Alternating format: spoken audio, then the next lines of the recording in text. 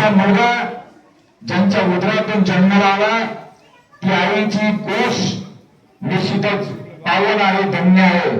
त्यांनाही मी धन्यवाद व्यक्त करतो. सहजासहजी कुणाच्याही पोटी शूरवीर जन्माला येत नाही, कुणाच्याही पोटी भगवत भक्त जन्माला येत नाही. निश्चित ती आई धन्य आहे. ज्या आईंच्या पोटी देशभक्त आणि देवभक्त जन्माला येतो ती आई धन्य आहे, ते आई वडील धन्य आहे. म्हणून जगद्गुरु तुकोबारा बोलतात, कोणी कन्या पुत्र होती जे सात्विक तळाचा हरिक वाटी देवा. आपल्या बांधवांनी गेली 17 वर्ष 2008 ला भारतीय सैन्याची सेवा प्रारंभ केली, जॉईनिंग झाली बिहारमध्ये. 2008 पासून आज दिनांक 31/8/2025 पर्यंत अवघ्या हातपणे कटियार असेल, काश्मीर असेल, लडाख असेल, अशा देशाच्या कानाकोपऱ्यामध्ये सेवा दिली. आणि ती सेवा काळीनं वाचेनं मनानं भारतीय सैन्याची सेवा मित्रपेक्षाही हजारो पटीनं श्रेष्ठ सेवा आहे. तुम्हाला ज्ञात आहे इथे शेताच्या धुळ्यावर बांधावर अर्धा तास उभा राहायचं म्हणलं तर किती कष्ट आहे हो श्रीकांतराव.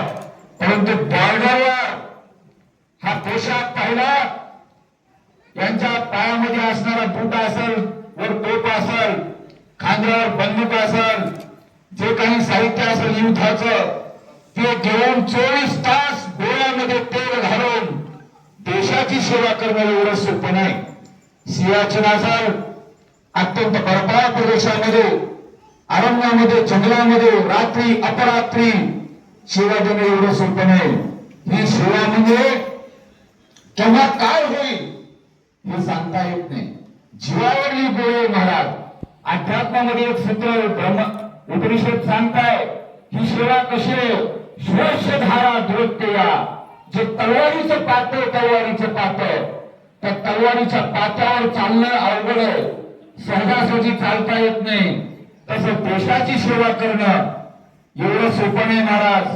सर्वस्वाचा त्याग करावा लागतो, घरादाराचा त्याग करावा लागतो, आई वडिलांचा त्याग करावा लागतो, बायका पोरांचा त्याग करावा लागतो, मूलबाळांचा त्याग करावा लागतो, शेवटी गावाचा त्याग करावा लागतो, आपल्या राज्याचा जिल्ह्याचा त्याग करावा लागतो, आणि शेवटी या शरीराचाही त्याग करावा लागतो, प्राणांचा त्याग करावा लागतो.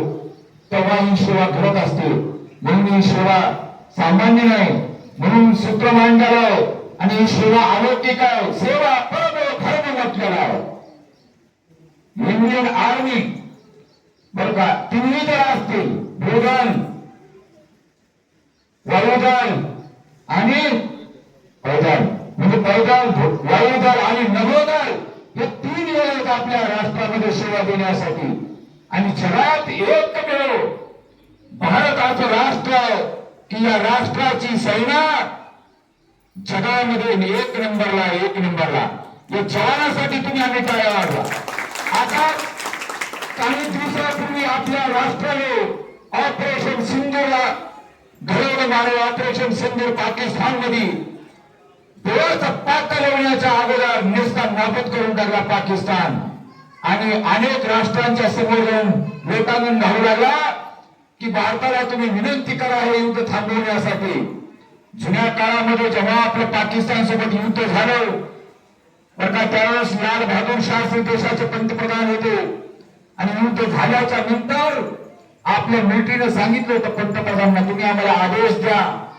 हो, सकाळी जर आपण इथे असलो बरं का दिल्लीमध्ये, काश्मीरमध्ये, तर नाश्ता करण्यापर्यंत आपण संपूर्ण पाकिस्तान काबीज करू, पाकिस्तान मध्ये असणारे लाहोर काबीज करू.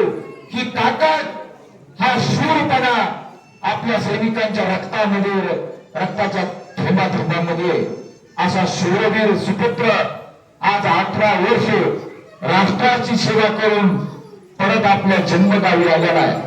महाराज भाग्य आहे असे शूरवीर वीर आपल्या गावामध्ये जन्माला येतात, आपल्या घरामध्ये, कुटुंबामध्ये जन्माला येतात.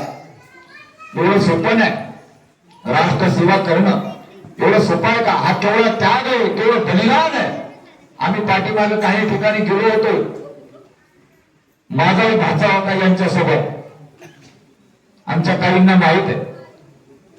सेवा देत असताना बरंचसं काही झालं, परंतु दुर्दैव आहे 1 वर्षापूर्वी त्याला मृत्यू आला, वीर मरण आलं. आज त्याचा हा जोडीदार परत आपल्या जन्मगावी आलेला आहे. स्वाभिमानाची गोष्ट महाराज, आपल्या मुलाकडून आपल्या भावाकडून राष्ट्राची सेवा घडते. हे कोणाला घडतंय? याच्या एवढं पुण्य जगाच्या पाठीवर दुसरं काही नाही. तुम्ही किती यज्ञ करा, अन्नदान करा, सप्ताह करा, काही पण करा, परंतु राष्ट्राची सेवा केल्याच्या नंतर एक दिवस, ही 18 वर्षाची ती सेवा खूप आहे, परंतु एक दिवस जर आपण देशासाठी दिला तर त्याचं लाभणारं जे पुण्य आहे ते लाख पटीनं, हजारो पटीनं अन्य पुण्याच्या पेक्षाही जास्त आहे. हे निश्चित आहे. मी आपल्या या सुपुत्राचा गौरव या ठिकाणी करतो. यांना पुढील आयुष्यासाठी मनस्वी खूप खूप शुभेच्छा देतो. त्यांना उत्तम आरोग्य लाभावं, ऐश्वर्य लाभावं. आता त्यांच्याकडून आपल्या ग्रामस्थी सेवा इथून पुढे घडत राहील आणि त्या आई वडिलांनी धन्यवाद व्यक्त करतो.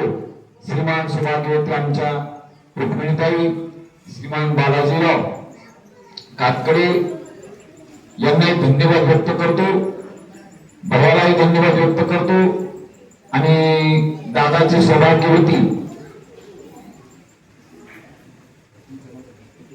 रुक्मिणी, विठ्ठल रुक्मिणीचा जोडा बर का, त्यांना धन्यवाद व्यक्त करतो. महाराज, धर्मपत्नी ही खांद्याला खांदा लावून चालणारी असावी. घरामध्ये अर्धांगिनी ज्याला म्हणतात, तसं तर मी बोलणार आहे, थोडस कीर्तनाचा कार्यक्रम होणार आहे, परंतु असो सर्वांना धन्यवाद व्यक्त करतो. आणि या ठिकाणी माझ्या परिवाराकडून आमचे दाजी श्रीमान